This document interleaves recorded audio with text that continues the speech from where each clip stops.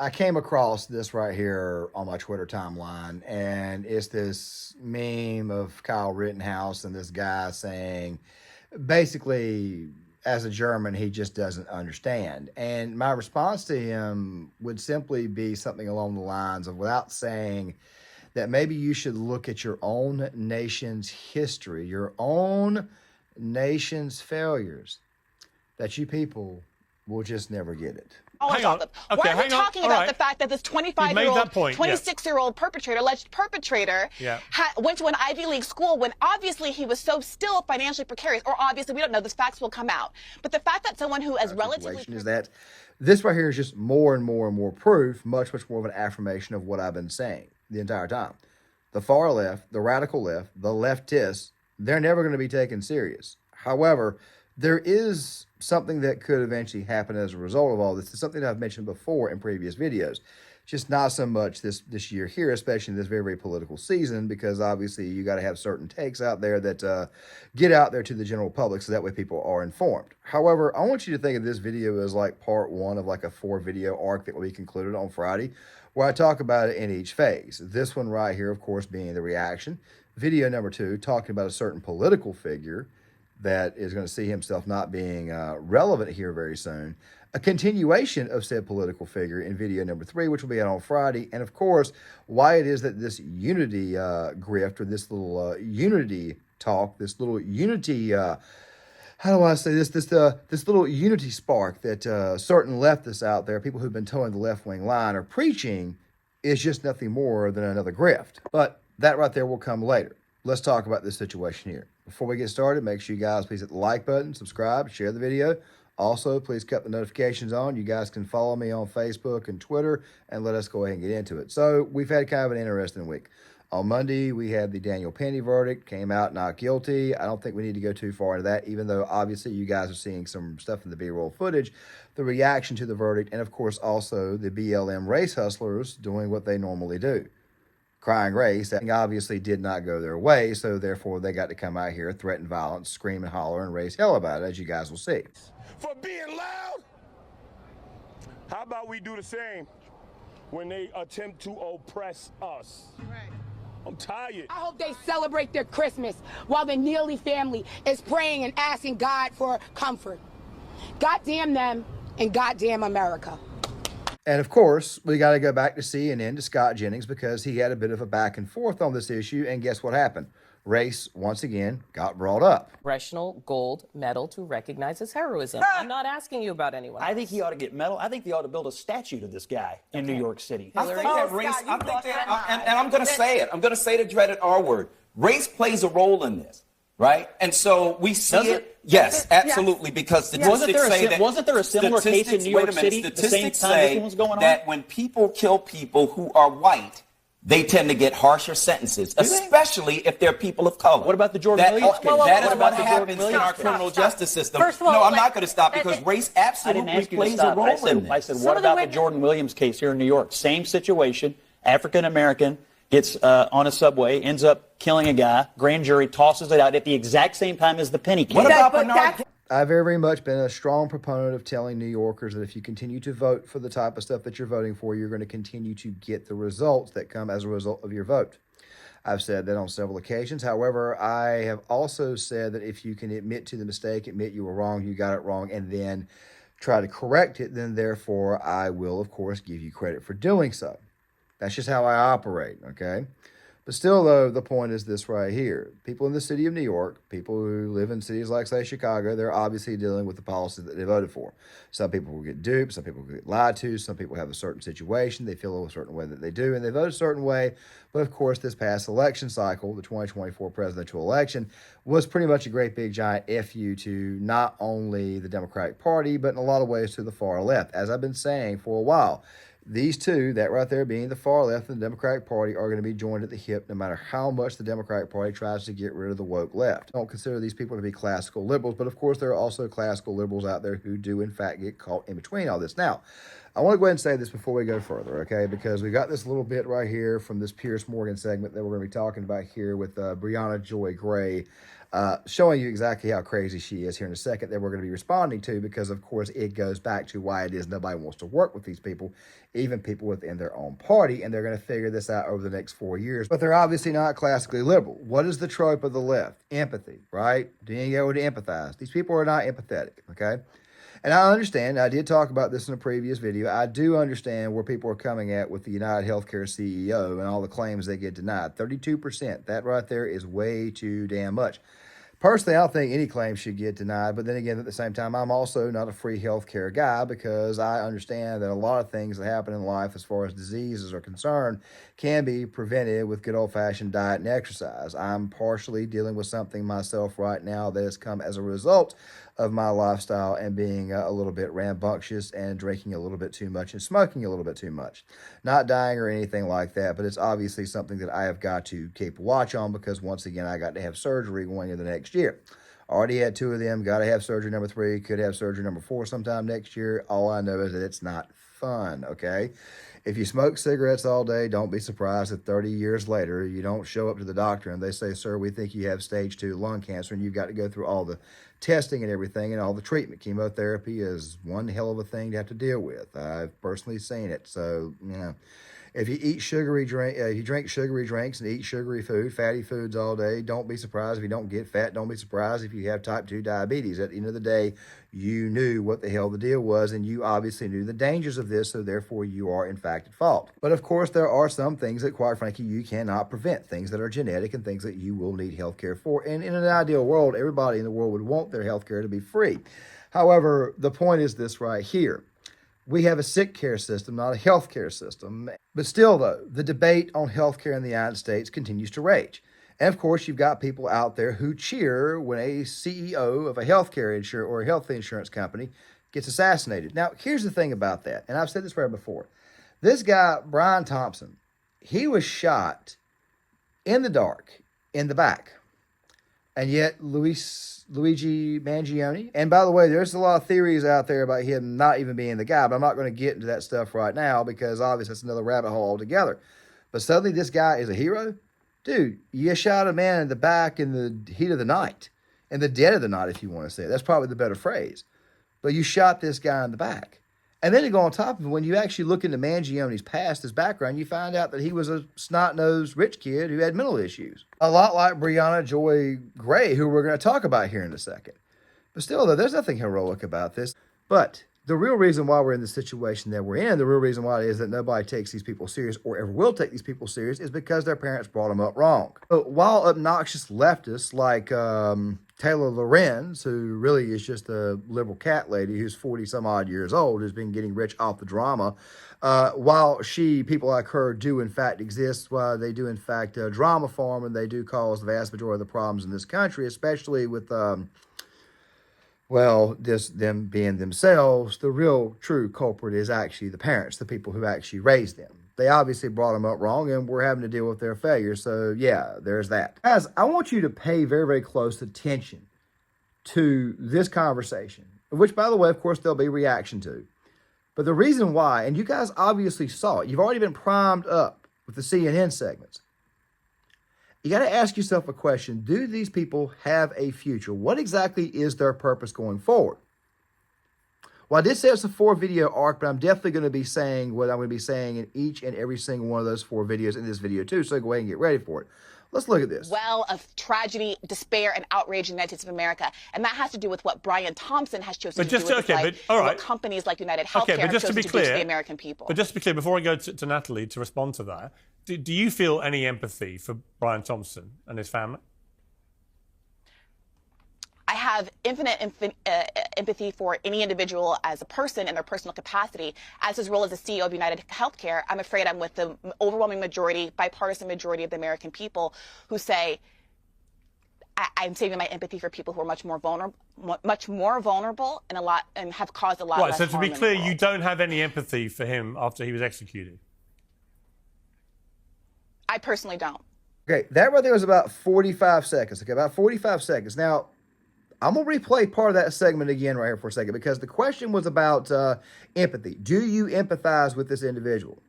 And what she basically said is that I empathize with everybody else but him. Now, that right there at first may sound like it makes some sense, but in reality, it's really a cop-out. It's a cop-out from saying the actual truth. Briahna, just go ahead and say it.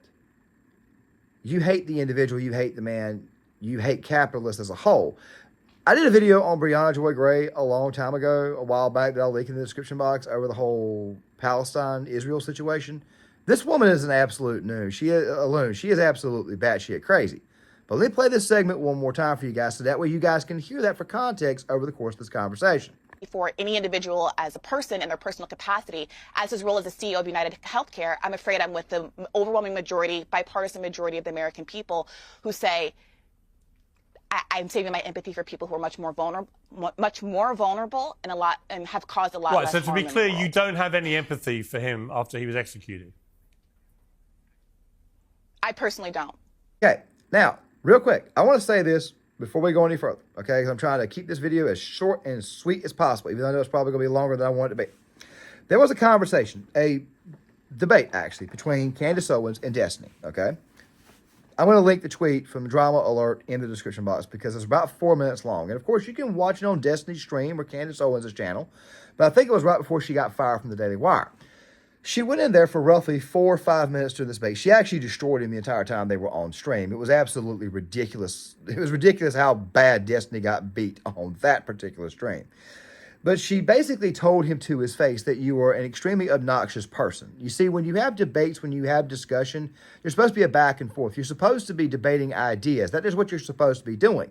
The left in this country does not believe in that anymore. They believe in the optical game, which is, I just want to win the debate. We're not actually talking about the issue nor getting to the issue, which will become abundantly clear before the end of the video why it is people like Briahna Joy Gray will never be taken seriously. If you're honest, let me go to Natalie Winters. I mean, I find this staggering. You've got to remember, the left is supposed to be the party that cares so much. All of them have their Be Kind hashtags. They're the caring ones, the kind ones, and they can't even bring it in their hearts to say they find a shred of empathy for a man who's just been executed, who's the father of children, the husband of a loving wife, and so on. I find that just staggering, that you can't, on a human level, have empathy for the murder of someone, but also make your point about the system in which he was an executive. What's your response? Candace Owens also called him basically a 34, 35-year-old man-child. And in that situation there, I can kind of relate a little bit more to Destiny on that, even though I'm not a Coomer gremlin, or a guy who allowed his wife to cheat on him, or the condition for the person marrying. I'm not a degenerate like him. I never have been. I have had a degenerate past, but of course, when you get saved, you become a Christian, you start cleaning things up in your life, you actually make some strides that you quite frankly need to have. That right there, you being me, I'm talking about myself. You eventually grow up and you eventually realize that a lot of the stuff that you did when you were younger was just flat out stupid. Eventually, you got to grow up at some point in time. And Candace, of course, pointed that out. And part of that growing up process is not being so damn obnoxious, which, of course, Briahna Joy Gray is going to be, as you guys will see here in a second. But let me roll this first part. I mean, it's absolutely shocking. And look, what it gets to the core of is the continued dehumanization of people, because in the sort of culturally Marxist paradigm of oppressor versus oppressed, you're allowed to do whatever you want to someone who has allegedly, or in this case, I'm not a supporter of the United States healthcare system or apparatus. Believe me, there's so many problems that need to be fixed and adjusted there. But condoning, which is in effect what these two panelists are doing, the assassination of him by a roundabout way by saying, well, the healthcare system is, you just told me that you had absolutely no empathy and that you think what people are. Okay, look, listen, Briahna, can I just add too, if you think Luigi... Let Natalie have her say, and then I'll let people respond. By the way, if you think Luigi... It took exactly 23 seconds. As you guys are seeing right here in the B-roll footage, I'm not going to play all this for you because it's aggravating. It's aggravating to me. Why the hell do I want to play that there? So that way you guys can get aggravated by these two hints. And, of course, the loudest hint being Briahna Joy Gray. Now, I didn't make this video to hate on this person. I obviously see the girl how to act. This right is who these people are. It's not just the fact that they're not empathetic. It's not just the fact that they're not the peaceful, loving, tolerant left. They repel people, okay? Okay, they repel people. That right there's what they do. They're extremely immature. They're obnoxious as hell. And, of course, they're also extremely hateful. Look, we can have the discussion on healthcare in America. We can have a discussion on insurance companies. We can always have that discussion. That's what we're supposed to do. But the left in this country They're obviously grasping some form of relevance because they know they're about to be shut out. Or maybe they don't know that they're about to be shut out. I don't know which one is actually worse, but we'll get to that here in a second. This way is a time where we have some kind of discourse. I'm using their argument because, as you probably heard in the previous video that I did, where Mark Lamont Hill was the topic of discussion, they kept on saying, what are the issues? What's the issue? We got to get the heart of the issue. Let's get the heart of the issue. Okay, well, let's get to the heart of the freaking issue. You're not getting to the heart of the issue. You're just simply running your damn mouth, and you're not listening to what somebody else has to say. You guys will continue to see over this little bit here. Yoni is someone who you maybe have empathy or sympathy for. This is someone who had a very privileged upbringing, background, very wealthy family. The CEO of United Healthcare is someone who came from a working class family, went to state schools, didn't go to the University of Pennsylvania. Like I said, I'm not defending the healthcare system writ large, but to say that you don't have empathy because you view him as an oppressor of the American people is a perversion, not just of the system of law and justice in this country, but that's extreme. You just said you don't have empathy for a man who was murdered in cold blood on the streets of New York. So no, what do you have for him? You are sympathy? Obsessed with this oppressed language. It seems to be a bit of a kink. You are so much so that you just said you don't have empathy for a murder victim. That right there, my friends, is the facial expression you make when you get punched right in the face. The left in this country is supposed to be about empathy. They're supposed to be about helping people out. They're supposed to be about giving people a hand up, which really is just a hand out. They're supposed to be about that. But you're starting to see that these people really and truly are not about that. Brian Thompson, CEO, United Healthcare, I don't know what that guy was like. I really truly don't. I mean, for all I know, I could have met him and not liked him at all. But then again, at the same time, though, I'm also a capitalist who understands that in this world you need to make money. You don't get things for free. You just don't, okay? Even if you're getting something like, say, a certain type of payout, guess what? Chances are you probably lost something. You probably got injured or something like that in order to get it. But still, though, given the fact that I've had to work a lot of crappy jobs in my life, something these people had never have done, you're going to find out very, very quickly, nothing in this world comes for free. These people obviously want it for free, mostly because they've been pampered, spoiled by their rich, wealthy families, parents, a lot like Luigi Mangione, a lot like him. Brian Thompson, yeah, he's wealthy, he's got a lot of money, but you actually look at the background, you find out he actually had to work for it. He actually had to put in the time, the effort to get right where he is. He, by the way, is no longer alive. Shot in the dead of the night, right in the back by an angry leftist by the name of Luigi Mangione, from what we're understanding. The same man who, by the way, grew up in Baltimore, Maryland, who was raised in a very, very wealthy family, who actually went to a very, very prestigious all-boys high school. Come to find out he had mental issues, just like Briahna Joy Gray. And she straight up got smacked right in the face for her own morals. But does this woman accept this? Does this woman admit she's wrong? No. She just doubles down on the crazy, as you'll see. I said, let me be clear. I said, as a person, interpersonally, of course, he has a family, and those people are feeling grief, and those people, as far as I know, are innocent in all of this. But the question is, here's the real question. Why are we asking random pundits, who might personally have been victimized, by the way, by someone like Brian Thompson, why they would have empathy for him and their family, while there's no question being asked about who has empathy for the tens of thousands of Americans who are killed every year by the policies that Brian Thompson has made millions and millions, all right, Clay, tens of millions of dollars. Just put it right there on display why it is that nobody in this world will want to work with these people. But I'll talk about what happens to these people here in a second. And like I said, you'll hear me say it 4 times in 4 separate videos because obviously it's right as the first. But we'll get to that here in a second. But there's one thing that I need to check Pierce on. Have been terrorized by the healthcare system. You made your point. Listen, I'm in London at the moment. In the UK, we have the National Health Service. It's free healthcare for all. You know, so I find the whole system in America completely baffling, that a country of your size and power and economic muscle can't have a better system. Well, Piers, did you think that maybe the United States of America, that we don't have that kind of health care because we're currently subsidizing your health care? By the way, this right here is one of the biggest issues that we have right now, which, by the way, could actually go to Brianna's argument or Mark Lamont Hill's argument when it comes to the issues. We subsidize the United Kingdom. We help them out with their military. We help the country of Spain out with their military. We pretty much take on all the work when it comes to NATO. Why do you think Trump got elected? People getting tired of paying for NATO. People getting tired of paying for other countries. A lot of these countries, by the way, have free health care. Why do you think they have free health care? Because the United States subsidizes their defense forces. We don't just subsidize their defense forces. We don't just subsidize the military. We also subsidize large parts of their healthcare and their infrastructure. We also subsidize a lot of their food production as well. If you take away a lot of the money, or if you take away like a fraction, I'd say just 25% of the money that we send overseas, these countries would be a lot weaker. And we also, the United States, would be a lot richer. Actually, to tell you the truth, if we took away 25% and they just simply put back the 25% into their own nations, they wouldn't need us to help them, to protect them. Interrupting people constantly, cheering on the person who's clearly in the wrong, that's not going to get you anywhere. And that, my friends, is what the hell happened on election night 2024. People outright rejected people like Briahna Joy Gray. People outright rejected people like Mark Lamont Hill. People outright rejected the radical left. However, there is the conversation of what happens going forward. So let me say this right here. And of course, you'll hear me say it in all 4 videos that I do pertaining to this.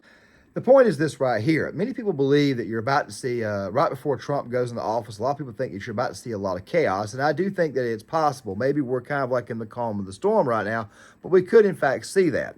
But before we get to that, I do need to say this right here, especially about people like, say, Briahna Joy Gray.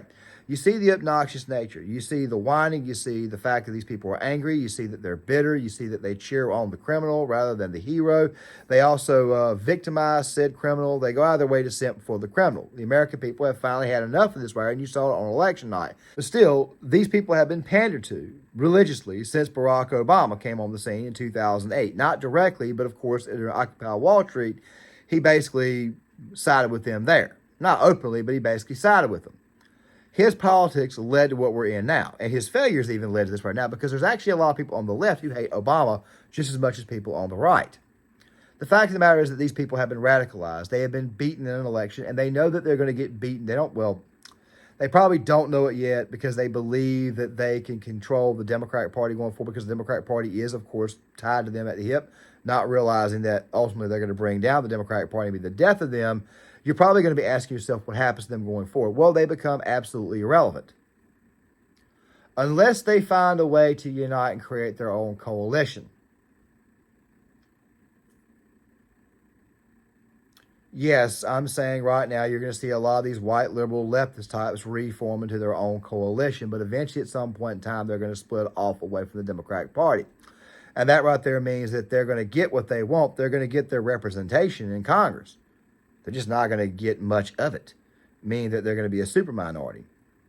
And when super minorities become super minorities, they get oftentimes a little bit paranoid, almost like a wounded animal. We're not done fighting these people. That's all I'm going to say. But as you guys can obviously see, they're starting to realize that nobody wants to work with them. And when that right there happens, then they really and truly start doing crazy things. It's just the beginning stage of the bargaining stage of the death of their entire movement, or at least the death of the Democratic Party. We've got another 4 more years till we get to the depression stage. I'm going ahead and calling it now, but we'll discuss that more in the next few videos.